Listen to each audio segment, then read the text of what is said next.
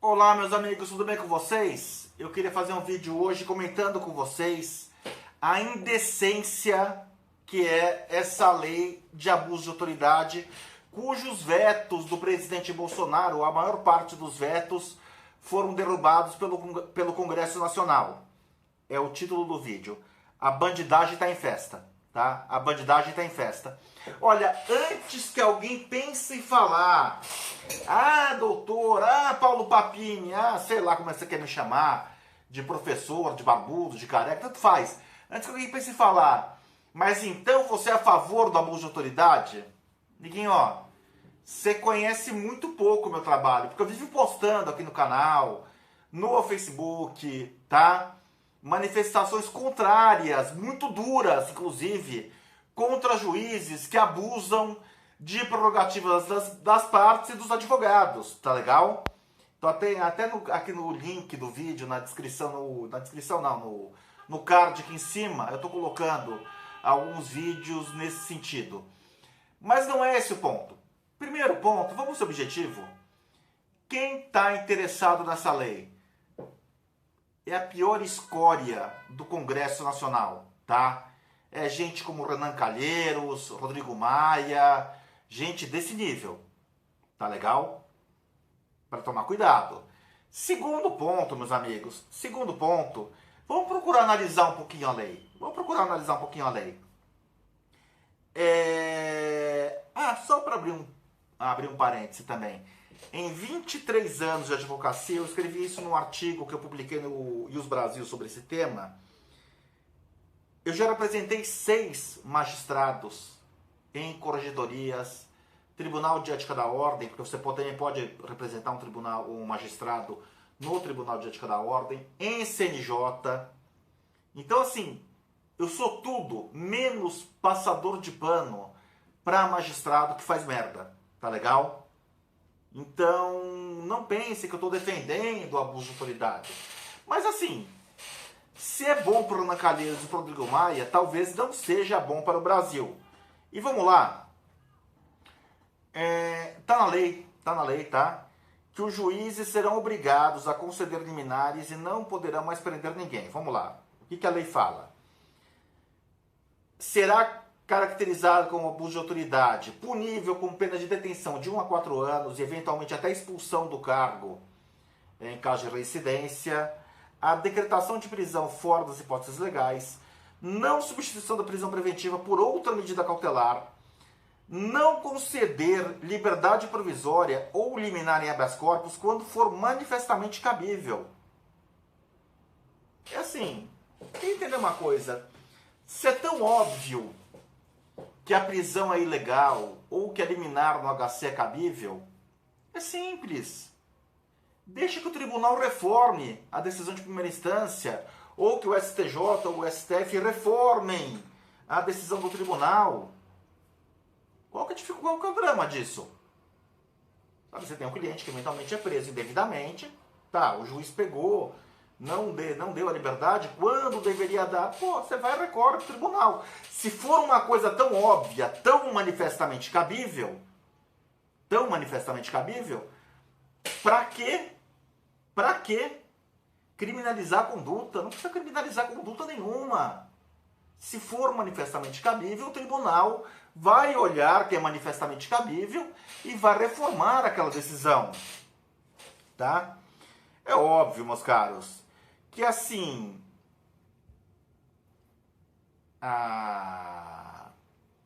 o que está por trás disso é um ataque à Lava Jato. Principalmente, tá?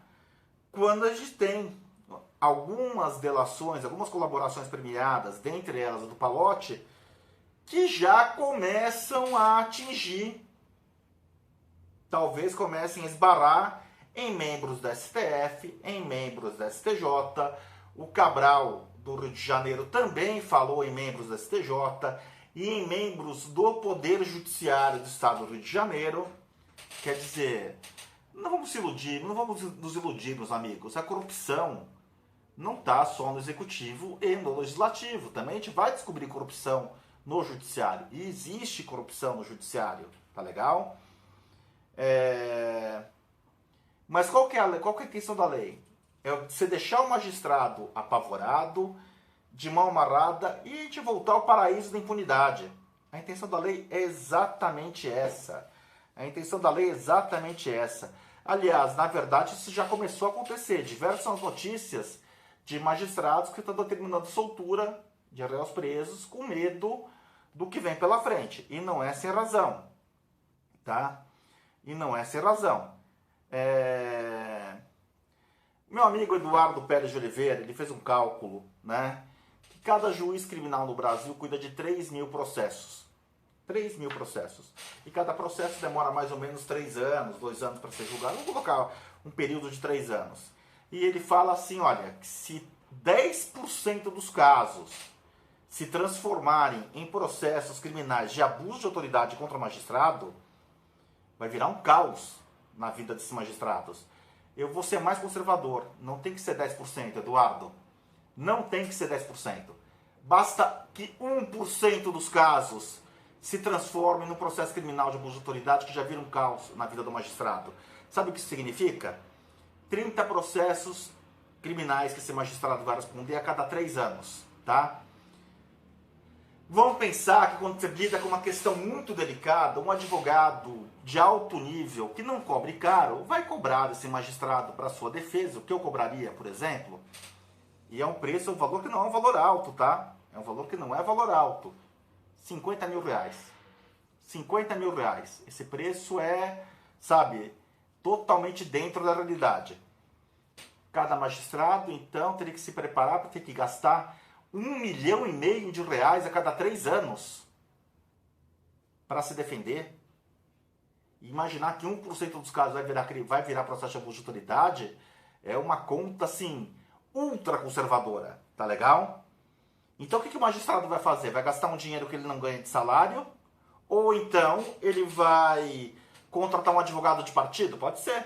As empresas fazem isso às vezes, né? Então, a empresa pega e fala, não, para não gastar muito dinheiro com advogado, eu pego um advogado X, a gente tem cliente assim no escritório, eu pego um advogado X, pago para o advogado, sei lá, 5, 10, 15 mil reais por mês, e ele garante uma defesa no volume Y de processos, tá?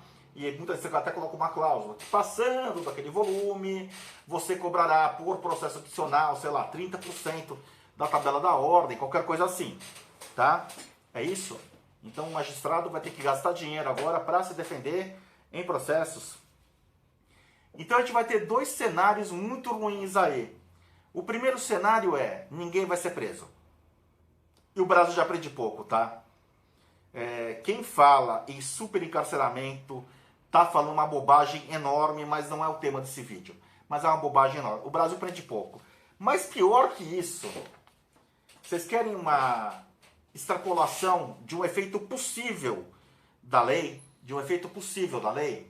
Uma extrapolação é o seguinte, é você imaginar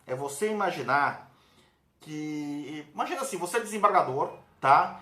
E de repente você pegou um caso de um juiz de primeira instância que decretou uma prisão indevida de um sujeito que já teve passagem pela polícia, já teve condenações criminais por outros crimes e pagou seu débito com a sociedade. Daí você, como desembargador, olha e fala, puxa vida, eu tenho que soltar esse rapaz. Mas se eu soltar esse rapaz, eu corro o risco de desgraçar a vida do coitado do juiz de primeira instância que acabou de passar no concurso, sabe? Tá aprendendo ainda como é que mexe, como é que se pratica a jurisdição. Eu corro o risco de desgraçar a vida do coitado do juiz de primeira instância. E assim, eu vou fazer isso por quê? Eu vou fazer isso por um rapaz, eu sei que o rapaz é inocente, o réu, no caso, é inocente, mas ele já cometeu crimes antes. Vai existir uma tendência, primeiro, de juízes não mandarem prender pessoas que deveriam ser presas. E segundo, juízes e desembargadores com medo de não prejudicar colegas. E a gente tem que ser realista no caso. A gente tem que ser realista. Juízes são corporativistas. Não importa se a gente acha isso bom ou se a gente acha isso ruim. Vai existir uma tendência de juízes e desembargadores manterem pessoas presas indevidamente como forma de não prejudicar seus colegas de profissão, tá? Pensem nisso, meus amigos.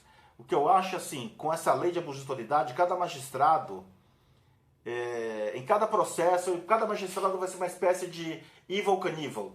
Sabe quem vocês conhecem Evel Knievel? Evel Knievel é aquele piloto de aventura americano, ele morreu já, que ele pegava uma moto e saltava sobre 30 caminhões, sobre 30 ônibus, tal. Era um aventureiro profissional, na verdade, tá? No link na descrição do vídeo eu vou colocar até alguns vídeos dele no YouTube. É assim, magistratura vai ser profissão de risco. Porque o magistrado vai estar constantemente preocupado em não ser processado, etc. Daí alguém vai pensar, Papini, mas isso vale para o criminal apenas, não vale para o cível. Não, como não vale para o cível? Como não vale para o cível?